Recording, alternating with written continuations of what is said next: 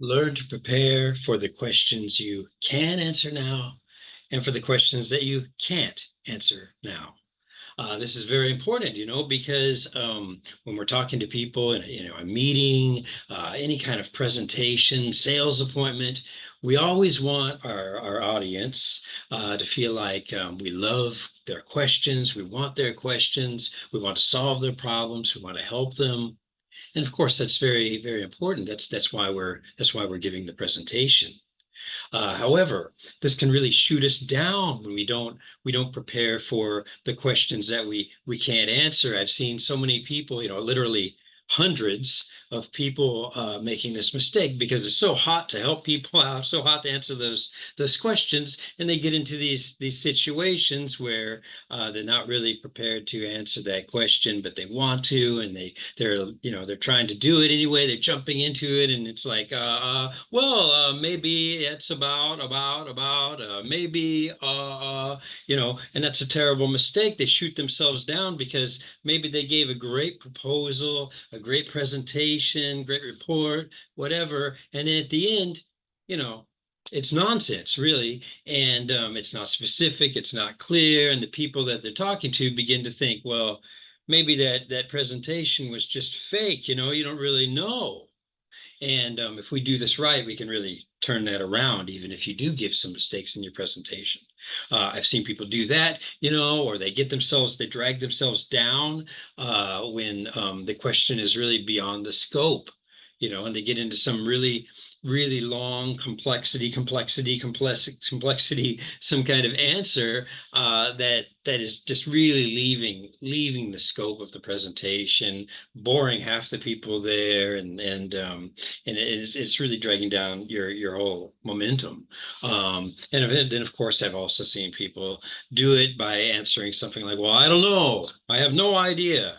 And that may be true, but when you leave it at that, basically that's just saying, "Hey, don't bother me with these questions."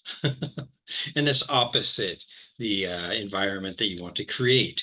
Every time we do things like that, it's just, eroding that basis of trust that our business, our professionalism has to stand on to make it work. Okay, to make people turn to us, rely on us for the answers to their questions. Okay, so let me give you a little technique here to teach you how to respond to questions that you can't answer now, that you don't know the answer to. Very easy. Three parts. Okay. Part one, acknowledge the question. This gives value to the person who asked that question. Very simple. Thanks for your question. That's a great question. Great question, good question, something like that. Just give value to them. That way they're not embarrassed because maybe their question is beyond the scope of what you're talking about, is out in left field, because remember, the audience might not be they might be nervous too. They might be shy. You're not the only one that's going through some nerves when you're talking in front of people. They're asking a question. You're asking them to step up and ask a question, and they could be feeling the same sort of emotions and all of that you are when you begin to present. That's why we want to create as warm and welcoming an atmosphere for questions as we can. So yeah, great question. Thank you for your question. Okay. Step two. We're going to avoid it. We're going to get out of it. Get out of doing it right now. We say something like this. So, great question. I don't have that information with me at the moment.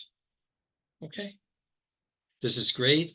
This continues the confidence that, hey, I do have the information. I can get the information. I don't have it now. That's one way. If it's out of the scope, okay, I'm sorry, but that question is out of the scope of my presentation now. Okay, we're not going to leave it at that. Okay, we're going to follow up with part three. Part three is this is something that's really going to transform your lack of that information into a positive. Part three is, could you come see me after the meeting? Could you just leave your email in the Zoom chat? Could you see me after the summit, after the presentation, after the seminar? Yeah, invite them back to see you afterward. That way, the rest of the audience, they say, wow, you really care, you're giving them one-to-one help with this. You're giving them, you're not only, just giving some kind of like out of the box answers of this presentation, you're actually going to put yourself out there and answer people personally. And that's how we turn it around. It really personalizes this whole thing. It makes it into something that looks like you're going to go out of your way and give people, one-to-one help, one-to-one service, and that really transforms the lack into a gain for you. Okay, so those three steps once more. Thanks for your question. I don't have that information with me at the moment. Could you come see me after the meeting?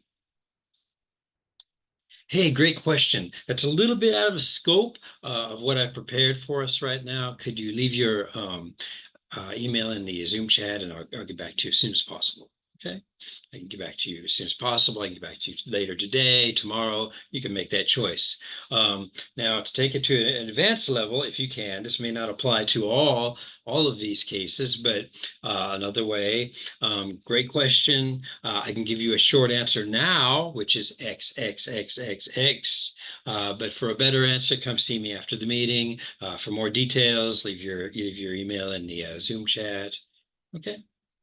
All right, thank you. So this way everybody sees, wow, you do stand by your word that you do want to help people. You love their questions. All right, guys, I hope that helps you out and makes your presentations more of a success in your meetings, your proposals, your appointments, and hope to see you next time. Thank you.